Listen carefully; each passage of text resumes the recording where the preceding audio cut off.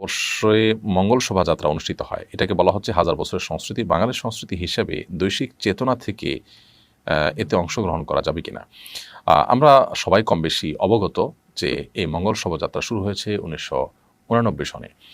১৯৮৯ সনে কলকাতার কিছু শিক্ষার্থীদের উদ্যোগে ঢাকা ইউনিভার্সিটি থেকে যে এটি শুরু হয়েছে সেটি নিয়ে বহু আর্টিকেল আপনি এখনও অনলাইনে পাবেন।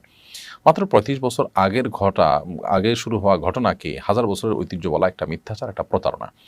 দ্বিতীয়ত চৈত্র সংক্রান্তি পূজা হিন্দুদের সেটাই গড়াতে পয়লা বৈশাখের বিভিন্ন আয়োজনে রূপ পরিগ্রহ করেছে। এছাড়া পয়লা বৈশাখের বিভিন্ন আয়োজনে হিন্দু ধর্মের বিভিন্ন আপনার তাদের ধর্মীয় বিভিন্ন কালচার, কৃষ্টি, তাদের বিভিন্ন উপাস্য, বিভিন্ন আপনার প্রাণীর মুখোশ, যেগুলো সমস্ত প্রাণীকে তারা পুজো করে সেগুলোকে বহন করা, ধারণ করা এবং পুজোর যে অপরিহার্য আইটেমগুলো আছে আপনার কুলো, মোমবাতি, তারপর অন্যান্য আরও যে সমস্ত বিষয় আশাগুলো আছে এগুলো হুবহু কপি পেস্ট করা হয়েছে এখানে। এটাকে বাঙালি সংস্কৃতি হিসাবে মুসলমানদেরকে গেলানো হচ্ছে, যেটা খুবই দুঃখজনক, খুবই বেদনাদায়ক অধ্যায়।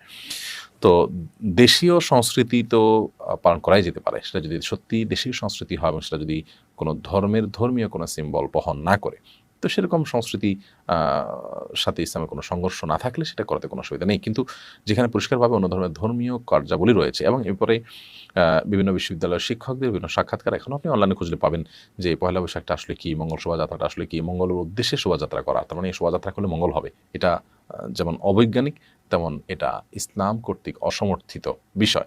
এরকম কোনো শোভাযাত্রার মাধ্যমে কল্যাণ কামনা করা এটা রীতিমতো শিরক, এটা রীতিমতো ইমান বিধ্বংসী একটি বিষয়, এটা ইমান পরিপন্থী একটি বিষয়। কিন্তু এটাকেই আপনার সার্বজনীন বাঙালির উৎসব হিসেবে দেখানো হচ্ছে এবং মানে খুব লজ্জাস্করভাবে হাজার বছরের বাঙালির ঐতিহ্য বলা হচ্ছে। খুবই দুঃখজনক। তো দেশের সংস্কৃতির নামে হিন্দুয়ানির সংস্কৃতিকে ধারণ করা জায়েজ নাই এবং এটি থেকে আমাদের বেঁচে থাকা অপরিহার্য কর্তব্য। হলে নিজে আগে হজ করব নাকি বাবা মাকে আগে হজ করানো জরুরি? আপনি সামর্থ্য হলে আপনার উপরে হজ করা আবশ্যক, বা আমার যদি সামর্থ্যবান না থাকেন তাহলে সেক্ষেত্রে আপনার টাকায় তাদেরকে হজ করানোটা তখন নফল হবে, অর্থাৎ দ্বিতীয় কাজ হবে, প্রথম কাজ হবে আপনার নিজের হজ করা। মোহাম্মদ জাকিরুল ইসলাম আপনি লিখেছেন, আমার স্ত্রী রমজানের মাঝামাঝি সময় ইনশাআল্লাহ সন্তান প্রসব করবে, শরীরে হিমোগ্লোবিন কম, এখন রোজা না রাখলে কি গুনাহ হবে? এ বিষয়ে আপনি একাধিক দিনদার এবং বিচক্ষণ চিকিৎসকের শরণাপন্ন হবেন। তারা যদি বলেন যে তার হিমোগ্লোবিনের যে লেভেল এটাকে উঠাবার জন্য কোনো মেডিসিন বা কোনো খাদ্য ইত্যাদি যথেষ্ট না, বরং রোজা তাকে রাখা বন্ধ করতেই হবে, তাহলে সেক্ষেত্রে আপনার জন্য সেটা জায়েজ হতে পারে মা এবং শিশুর স্বাস্থ্য বা জীবন রক্ষার প্রয়োজনে। কিন্তু যদি সেই লেভেলের না হয়, বিকল্প কোনো উপায় যদি সেটাকে রিকভার করা যায়, তাহলে সেক্ষেত্রে সেই পথে আমাদের যেতে হবে। নাজমুল হোসেন আপনি লিখেছেন, আমি ১৪ পারা কোরআন মুখস্থ করেছিলাম, একটু সমস্যার কারণে আর পড়তে পারি নাই, ইয়াদ নাই, কিন্তু দেখে দেখে পড়ি, এতে আমার গুনাহ হবে কিনা?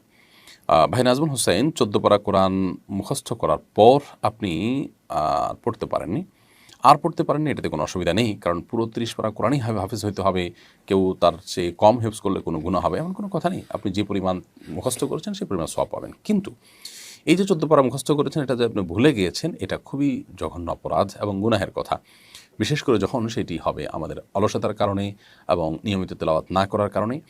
এবং নবী করিম সাল্লাল্লাহু আলাইহি সাল্লামকে বান্দার বিভিন্ন পাপগুলো দেখানো হয়েছিল, অপরাধগুলোর মাত্রা কেমন, সেটা ভয়াবহতা কেমন সেটা দেখানো হয়েছিল মেরাজে। তোমাদের থেকে একটা ছিল এটি, এবং যে অপরাধের মাত্রা সবচেয়ে ভয়াবহ ছিল তোমাদের থেকে এটি ছিল একটি, যে বান্দা কোরআনে কারিমের তেলাওয়াত বা কোরআনে কারিমের হিফজ এটা ধরে রাখতে পারবেন না, বরং তিনি ভুলে যাবেন।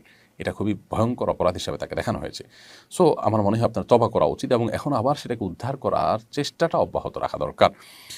কোরআন কারিমের তেলাওয়াত হিফজ করার পর সেটা ভুলে যাওয়া মোটেও ভালো কিছু নয়। আর যদি কারোর স্মৃতিশক্তি দুর্বল হওয়ার কারণে তিনি শত চেষ্টা করে ধরে রাখতে পারেন না, একটা সময় ছিল, এখন আর তার সেটা উনি তেলাওয়াত নিয়মিতই করছেন বাট ভুলে যাচ্ছেন, তো স্মৃতিশক্তির এই যে আপনার সমস্যা এটার কারণে যদি হয় তাহলে সেক্ষেত্রে অবশ্যই তিনি গুনাহগার হবেন না, কারণ এটা তার হাতে নয়। কাজী এবং কাবিন ছাড়া শুধু মসজিদের ইমাম দিয়ে বিয়ে পড়ানো যাবে কিনা? কাজী এবং কাবিন ছাড়া মসজিদের ইমাম কিংবা যে কোনো ব্যক্তি দুজন সাক্ষীর উপস্থিতিতে যদি বিয়ে পড়ান এবং শরিয়ার নিয়ম সেখানে মানা হয়, তাহলে সেক্ষেত্রে সেই বিয়ে শরিয়ার দৃষ্টিকোণ থেকে বিশুদ্ধ হয়ে যায়। যদিও রাষ্ট্রের আইনে কাবিন নামা পূরণ করা এবং সেখানে স্বাক্ষর দেওয়া, অর্থাৎ বিবাহ রেজিস্ট্রি করা কাজী সাহেবের মাধ্যমে সেই আইন রয়েছে, অতএব রাষ্ট্রের চোখে বা রাষ্ট্রের আইনে বিবাহ এটি তখনই বৈধ হবে বা তখনই রাষ্ট্রের চোখে বিবাহটা নিবন্ধিত হবে যখন সেটা কাবিননামা পূরণ করা হবে এবং কাজের মাধ্যমে সেটি রেজিস্ট্রেশন করা হবে। ইসলাম শরিয়ার দৃষ্টিকোণ থেকে যদি দুজন সাক্ষীর উপস্থিতিতে প্রাপ্তবয়স্ক নারী পুরুষের বিয়ে হয়ে থাকে, তাহলে সেক্ষেত্রে সেই বিয়ে শরিয়া সম্মত পদ্ধতিতে হলে কোনো অসুবিধা নেই। সেখানে মহর ধার্য করা থাকবে, অভিভাবকদের মাধ্যমে হবে। বিয়ের যে অন্যান্য শরঈ বিষয়গুলো আছে সেগুলো লক্ষ্য করে যদি আমরা সেই বিয়ের আয়োজন করি এবং রেজিস্ট্রেশন কাজের মাধ্যমে সেটি যদি সম্পন্ন নাও হয়, তারপরও সেই দৃষ্টিকোণ থেকে বিবাহ কিন্তু হয়ে যায় এবং তারা স্বামী স্ত্রী সুলভ সম্পর্ক তাদের মধ্যে স্থাপিত হয়ে যায়।